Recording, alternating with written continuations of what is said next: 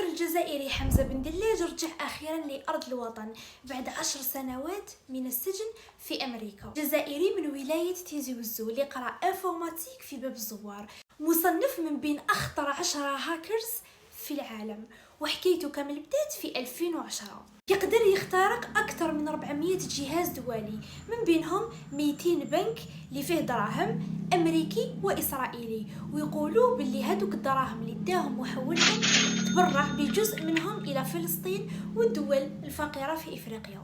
عالم الهاكرز معروف باسم BX1، هبل الامريكان واسرائيل هذاك الوقت، لانهم ما قدروش يعرفوا الهويه تاعو وما قدروش يلحقوا له، وطلب منهم الامر 3 سنوات باش يقدروا يقبضوا عليه، يوصبوا له فخ بلا ما يفيق في تايلاند. كان فاتح حساب بنكي وهمي وكان محول فيه 20 مليون دولار. في 2013 راح لتايلاند باش يجبد الدراهم من هذاك الحساب، وقعدوا مراقبينه حتى قبضوا عليه في المطار. وكي قبضوا عليه كامل تعرفوا هذه التصويره كي كان مبتسم، على هذه يعرف ايضا باسم الهاكر المبتسم. في نفس الوقت لقاو عنده بيس تخدم بالاقمار الصناعيه اللي مستحيل تتعقب الصاحب تاعها، وهاد لابيس صعبه بزاف باش تكسبها لانه يمتلكها غير رجال الاعمال وشخصيات الكبار. حمزة بن دلاج في الفتره تاع الحبس تاعو كان يخدم ويقري، وكي كمل هاد الفتره رجع للجزائر البارح. قولوا لي واش رايكم في هاد الشخصيه، ودوك ما قعد لي غير نقول لكم تشاو.